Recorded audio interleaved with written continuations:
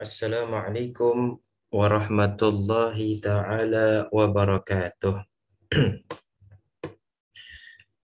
Alhamdulillahirabbil alamin wassalatu wassalamu ala asyrafil anbiya'i wal mursalin sayyidina Muhammadin wa ala alihi wa sahbihi ajma'in amma ba'd. Alhamdulillah, kita bersyukur kehadirat Allah Subhanahu wa taala yang telah memberikan kita daripada kesehatan, sehat jasmani, insyaallah sehat rohani. Allah berikan kita nikmat iman, nikmat Islam, dan kesempatan sehingga kita pada hari ini dapat kembali melaksanakan ibadah yang besar, yaitu menuntut ilmunya Allah Subhanahu wa taala. Mudah-mudahan Allah Subhanahu wa taala senantiasa memberikan kita hari ini ilmu yang bermanfaat. Amin amin ya rabbal alamin. Para siswa-siswi yang Bapak banggakan, insya Allah dirahmati dan dimuliakan oleh Allah Subhanahu wa taala. Hari ini kita melanjutkan materi yang sebelumnya, yaitu ketentuan makanan halal dan haram yang dikonsumsi. Pada minggu lalu sudah kita jelaskan, kita paparkan bagaimana ketentuan makanan yang halal dikonsumsi. Baik, pada hari ini kita lanjut pada ketentuan makanan yang haram dikonsumsi.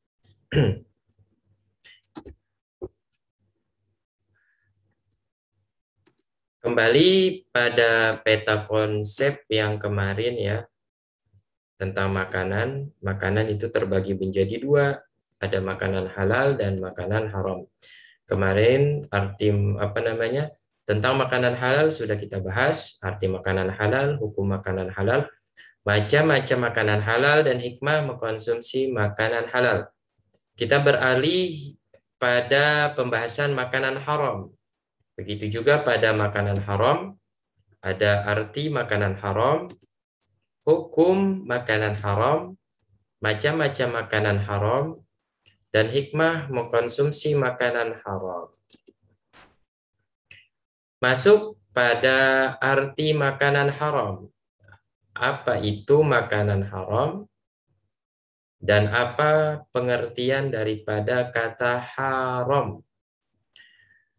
Menurut bahasa ataupun menurut etimologi, haram adalah sesuatu yang dilarang. Ya, sesuatu yang dilarang adalah haram.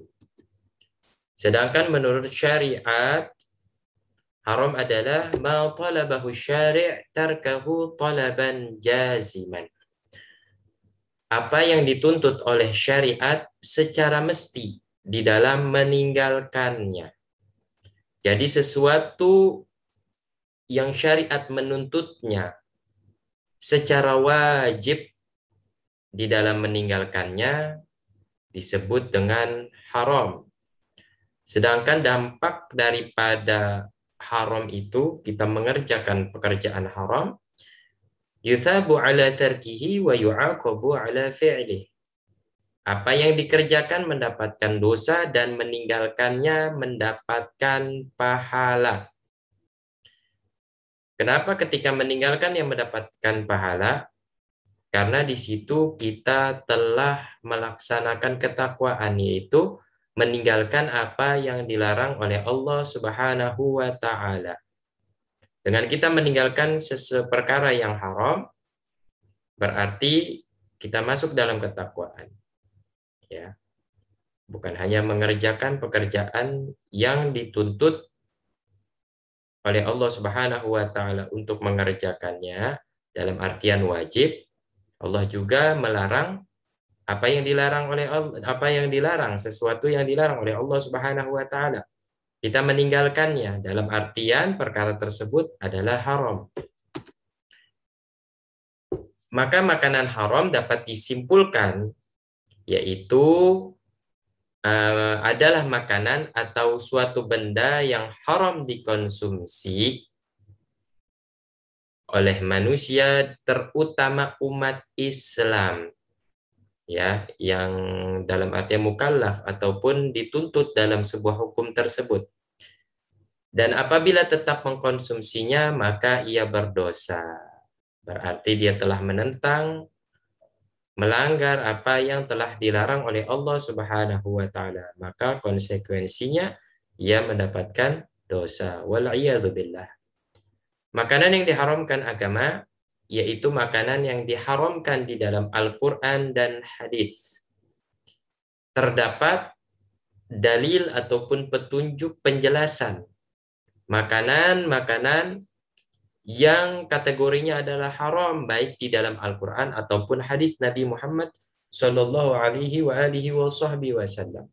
Dan bila tidak terdapat petunjuk di dalam larangan yang tersebut, berarti sebaliknya makan tersebut halal. Kemudian hukum makanan halal, Allah Subhanahu wa taala telah memerintahkan manusia supaya mengkonsumsi makanan yang baik. Sebaliknya manusia diharuskan menjauhi makanan yang haram. Bukan serta-merta Allah Subhanahu wa taala memerintahkan untuk manusia memakan makanan yang halal dan Allah Subhanahu wa taala melarang untuk hambanya memakan makanan yang haram. Karena di dalam makanan-makanan yang halal itu sudah pasti ada kebaikan, manfaat, serta kebaikan yang ada di dalamnya untuk tubuh kita. Sedangkan makanan-makanan yang haram sudah jelas. Di situ terdapat mudarat, di situ terdapat bahaya di dalam mengkonsumsi makanan tersebut. Makanan yang haram adalah makanan yang dilarang untuk dikonsumsi menurut syariat Islam. Sebagaimana firman Allah Subhanahu wa taala, "Wa yuhillu lahumut thayyibati wa yuharrimu 'alaihimul khaba'its." Dan Allah yang menghalalkan segala yang baik bagi mereka, bagi umat manusia, dan mengharamkan segala yang buruk bagi mereka. Sudah Allah tentukan mana yang halal, mana yang haram. Semestinya seyogyanya kita sebagai manusia sudah bisa membedakan mana yang baik, mana yang buruk, mana yang membawa manfaat, mana yang tidak membawa manfaat. Kalau yang membawa manfaat, yang membawa kebaikan, ya kita makan. Sedangkan makanan yang membawa mudarat, keburukan, bahaya bagi tubuh kita, ya kita hindarkan semampu kita, semaksimal mungkin. Baik, lanjut ke macam-macam makanan haram. Makanan haram itu terbagi menjadi dua. Yang pertama ada haram aini, yang kedua itu ada haram sababi. Yang pertama haram aini, apa yang dimaksud haram ain? Haram secara ainnya, haram secara bendanya. Maksudnya hukum asal dari makanan itu sendiri memang sudah haram, tidak bisa menjadi halal. Karena memang sudah dasarnya secara qat'i, secara pasti makanan tersebut haram. Karena ditinjau dari sifat bendanya. Contohnya seperti daging babi. Daging babi ini haram aini. Qat'i dalilnya itu mutlak jelas. Allah mengharamkan daging babi. Kemudian darah dan bangkai. Karena ini semuanya sudah dijelaskan di dalam Al-Quran secara jelas. Tak perlu ditakwil ataupun tak perlu membutuhkan tafsir lagi. Jelas dalilnya. Itu hurrimat alaikumul maitatu waddamu walahmul khinziru wa ma uhilla li ghairillahi bih. Hurrimat alaikumul maitu. Allah sudah diharamkan bagi kalian al-maitah, yaitu bangkai. Waddamu, darah. Walahmul khinzir, dan daging babi. Wa ma uhilla li ghairillahi bih, dan segala sesuatu yang disembelih tanpa menyebut nama Allah Subhanahu wa taala, ataupun dalam artian binatang tersebut menjadi bangkai. Itu sudah jelas diharamkan. Daging babi, darah, dan bangkai. Sudah jelas dalam Al-Qur'an. Maka yang telah disebutkan tadi dihukumi haram secara ainnya, tidak bisa menjadi halal. Haram karena sifat tersebut. Ada tiga, yaitu berupa hewani ataupun berupa hewan. Yaitu haramnya sesuatu makanan yang berasal dari hewan, seperti daging babi, anjing, ulat, buaya, darah, hewan, nanah, dan lain-lain. Ainnya ini ataupun daripada fisiknya daging tersebut dihukumi haram. Yang kedua berupa nabati, tumbuhan, yaitu haramnya suatu makanan yang berasal dari tumbuhan. Ini kategori haram ain dalam tumbuhan, seperti kecubung. Kecubung ini membuat yang memakan mabuk, mudarat bagi tubuh manusia, maka diharamkan. Kemudian ganja. Ganja juga apa? Membuat pikiran orang menjadi apa namanya rusak yang mengkonsumsinya, menjadi mabuk. Ganja ini haram dikonsumsi selama memabukkan ataupun selama kadar memabukkan. Kalau ganja ini konsumsi sedikit, tidak memabukkan, ini ganja saja ya, bukan yang lainnya, narkoba-narkoba yang lainnya, seperti cimeng ataupun sabu. Nah, itu apa namanya, walaupun sedikit ataupun banyak dihukumi haram. Ini khusus ganja, yaitu daun ganja, kalau dikonsumsi tidak memabukkan, maka halal. Kalau misalnya dikonsumsi sampai memabukkan, itu dihukumi haram. Serta daun beracun. Apapun daun yang beracun, itu dihukumi haram secara ainnya. Yang tiga, benda yang berasal dari perut bumi. Apabila dimakan orang tersebut akan mati ataupun membahayakan dirinya. Seperti timah. Nah, siapa yang mau makan timah? Aspal. Siapa yang mau makan aspal? Logam dan lainnya. Sesuatu tersebut dari perut bumi, apabila dikonsumsi oleh manusia, jelas itu membahayakan. Ya, aspal. Emang siapa yang mau perutnya mau diaspal? Dia mau bangun jalan tol kali di perutnya ya. Kemudian yang selanjutnya adalah haram sababi. Maksudnya hukum asal makanan itu sendiri adalah halal. Asalnya hukum tersebut adalah halal. Akan tetapi dia berubah menjadi haram karena adanya sebab yang menjadikan haramnya makan tersebut. Ya, aslinya halal, tapi karena sebab sesuatu menjadilah berubah hukumnya jadi haram. Contohnya seperti daging sapi digoreng dengan minyak babi. Daging sapinya itu halal, tetapi karena sebab sesuatu pengolahannya dengan sesuatu yang haram, jadilah sapi tersebut menjadi hukumnya haram. Haram sababi dapat juga ditinjau dari hasil usaha yang tidak dihalalkan oleh agama. Sebagaimana yang sebelumnya sudah dijelaskan, yaitu cara memperolehnya, halal cara memperolehnya, halal cara prosesnya, dan halal cara mendapatkannya. Nah, itu juga ditinjau di dalam syariat. Yang pertama, makanan haram yang diperoleh dari usaha dengan cara zalim ataupun sesuatu yang bukan haknya diambil, seperti mencuri, korupsi, menipu, merampok dan lain-lain. Misalkan uang itu halal selama mendapatkannya dengan cara yang halal. Tetapi uang menjadi haram apabila mendapatkannya dengan cara yang haram ataupun bukan pada haknya. Mencuri, korupsi itu bukan haknya, jalan yang batil, bukan pada haknya mengambil harta orang lain, hak orang lain, maka cara tersebut haram. Berubahlah hukumnya menjadi haram. Yang kedua, makanan haram yang diperoleh dari hasil judi, undian harapan, taruhan, menang judi dan lain-lain. Ini adalah sesuatu yang mana membuat salah satu daripada beberapa kelompok rugi, ya, ataupun mempertaruhkan daripada keuntungan. Misalkan masang taruhan daripada 5 orang, pasti di situ dari kelima orang tersebut ada yang untung, ada yang rugi. Kalau misalnya sudah seperti itu macamnya, ada yang pihak dirugikan, maka hukumnya haram. Bentuk apapun, judi ataupun undian harapan, taruhan, menang judi dan lain-lain. Ya, judi ini luas, apapun bisa dijadikan judi. Futsal bisa dijadikan judi, menang, bayar lapangan, ataupun perlombaan, yang namanya perlombaan, tetapi di situ ada bayar. Pihak yang membayar semuanya ngumpulin uang, yang mana uang tersebut yang menang mendapatkan uang tersebut. Nah, itu dikatakan judi, ya. Berbeda kalau misal perlombaan tidak ada uang taruhan di situ. Ya, free. Perlombaan free yang menang mendapatkan misalkan uang 5 juta. Nah, itu dikatakan halal karena nggak ada pihak yang dirugikan di situ. Yang ketiga, hasil haram dari penjualan makanan haram seperti menjual daging babi.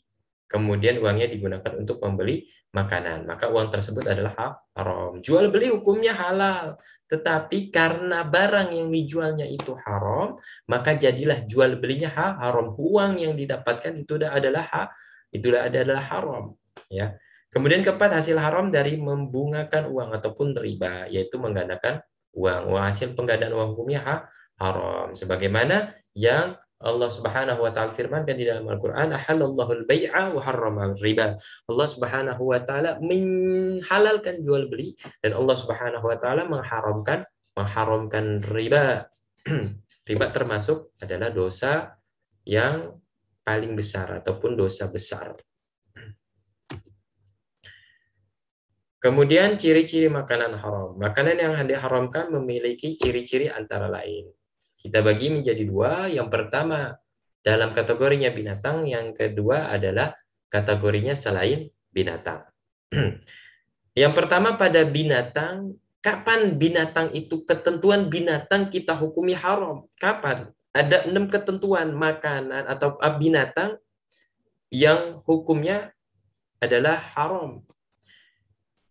Maka yang pertama, binatang itu haram yang jelas dalil keharaman seperti anjing dan babi. Sudah jelas di dalam Al-Quran nasnya bahwa anjing dan babi dihukumi haram. Yang kedua yang menjijikan seperti ulat dan lalat. Ya, ulat adalah lalat menjijikan.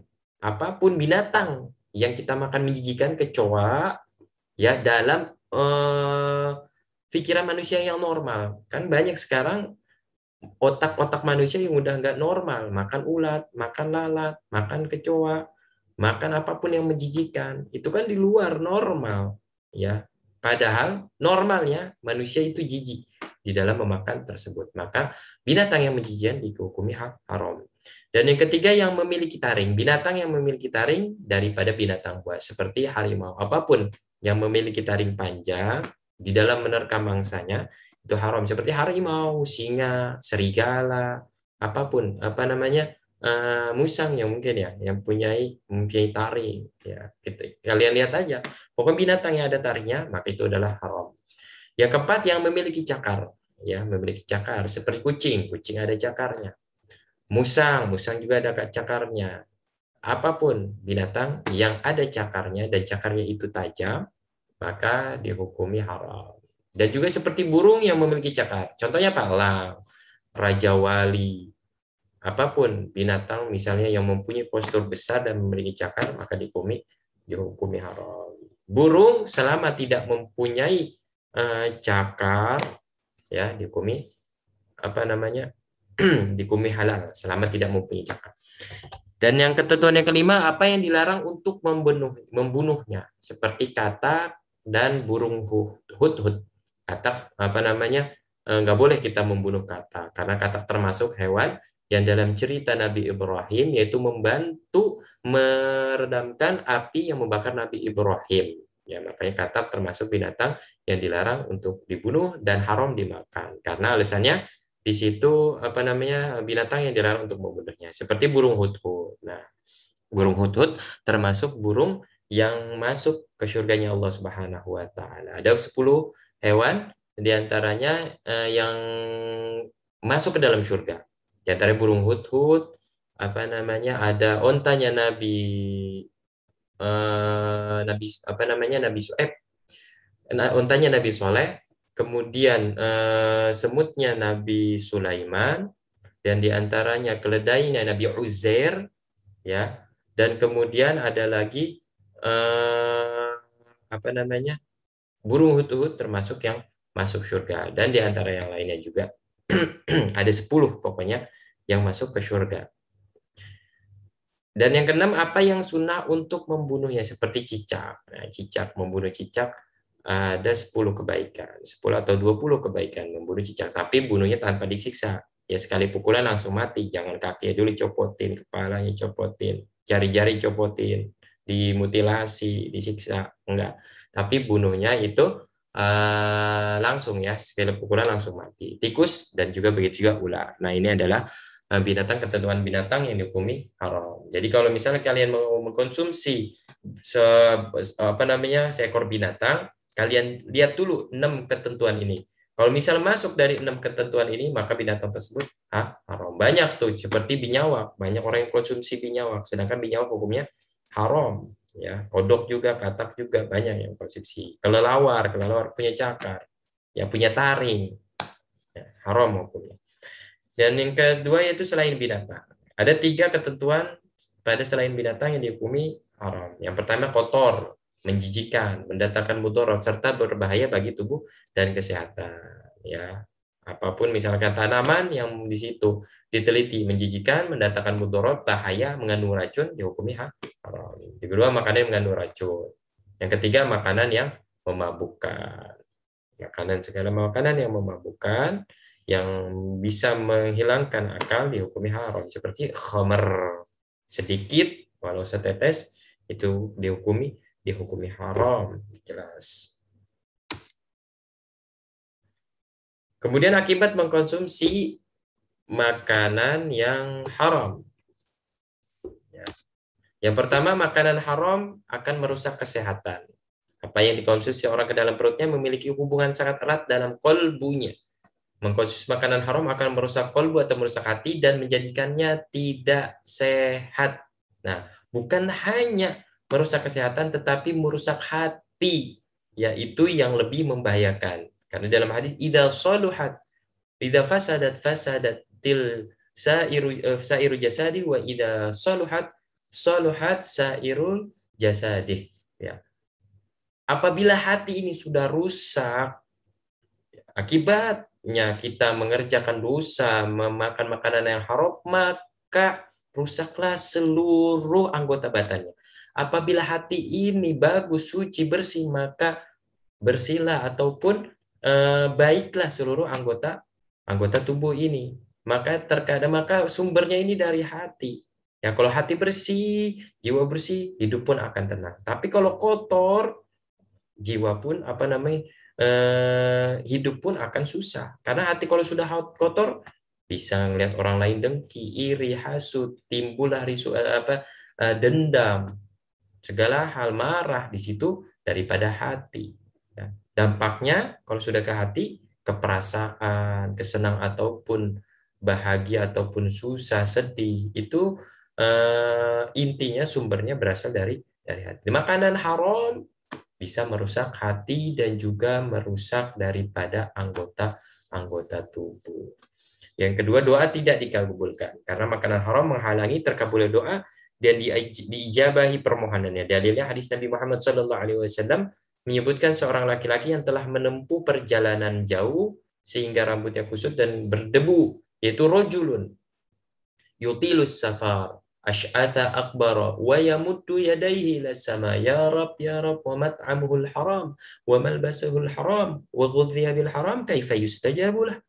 Ya, dijelaskan seorang laki-laki yang mana terlihat menempuh perjalanan jauh, disifati rambutnya kusut dan berdebu, kemudian orang itu mengangkat tangannya ke langit, siap berdoa, wa ya rab, wahai ya Allah, dia berdoa. Kata Nabi Muhammad SAW, padahal makanannya dari barang yang haram, minumannya dari barang yang haram, pakaiannya dari yang haram, dan dikenyangkan dari yang haram. Maka bagaimana Allah akan memperkenankan doanya dikabulkan, sedangkan hidupnya daripada sesuatu yang haram. Sedangkan dia berdoa, kita berdoa pagi, siang, petang, mana Allahumma ajirna minan nar, Allahumma ajirna minan nar. Ya Allah, selamatkanlah kami dari api neraka. Ya Allah, jagalah kami dari api neraka. Sedangkan yang dimakan oleh dia itu adalah api neraka. Ya, yang dimakan adalah api neraka. Karena apa? Makanan yang haram itu akan membawa kita kepada api neraka. Ayyuma lahmin nabata min haram fannaru aula bih. Setiap daging, kulit, anggota tubuh kita yang timbul, yang hidup, yang dibesarkan daripada sesuatu yang haram, maka tempatnya adalah tak lain dan tak bukan api neraka. Wal'iyadzubillahi min dzalik. Kemudian merusak amal-amal soleh. Akibatnya makanan haram menyebabkan amal-amal ibadah tidak diberi pahala. Makanya berapa banyak ada apa namanya, kita mengkonsumsi khamr 40 hari ibadah kita nggak diterima. Ada yang mengatakan seperti itu. Karena apa? Disinilah akibatnya makanan yang haram menyebabkan amal-amal kita tidak diberi pahala ataupun tidak diterima oleh Allah Subhanahu wa taala. Dan yang keempat, menyebabkan keturunannya rusak, yakni makanan yang haram yang dikonsumsi seorang untuk dirinya dan keluarganya akan menyebabkan keturunannya menjadi rusak agama dan akhlaknya. Allah tidak menjaga mereka sebagai hukuman atas perbuatan orang tua yang mengambil yang haram, karena anak yang soleh, baik dan patuh menjadi pembahagia dan permata untuk orang tuanya. Allah mencabut kebahagiaan ini dari hidupnya. Kita merasa kita makanan haram baik-baik saja. Jangan senang-senang dulu. Kita makanan haram bahagia saja. Jangan senang-senang dulu. Kita makanan haram, hidup senang, bahagia, baik harta berlimpah. Jangan senang-senang dulu. Memang Allah tidak menghukum kita sebagai orang tua, tetapi nanti kalau kita punya anak, nah di situ Allah mencabut kesolehan daripada anak kita. Allah Subhanahu wa taala akan menjadikannya rusak dalam agama dan akhlaknya, menjadi anak yang nakal, menjadi anak yang pembangkang kepada kedua orang tuanya. Nah, itulah akibat orang tuanya mengkonsumsi makanan haram, efeknya kepada anaknya. Sedangkan anak adalah harta, benda ataupun tabungan kita. Anak yang soleh tabungan sebagai kepada orang tua untuk menolong ya nanti di akhirat dengan amal-amal solehnya. Maka terakhir, makanan haram bukan hanya menimbulkan dosa, tetapi tidak baik juga untuk kesehatan badan. Tidak baik di dunia dan tidak baik di akhirat. Baik, selesai pembahasan hari ini. Terima kasih.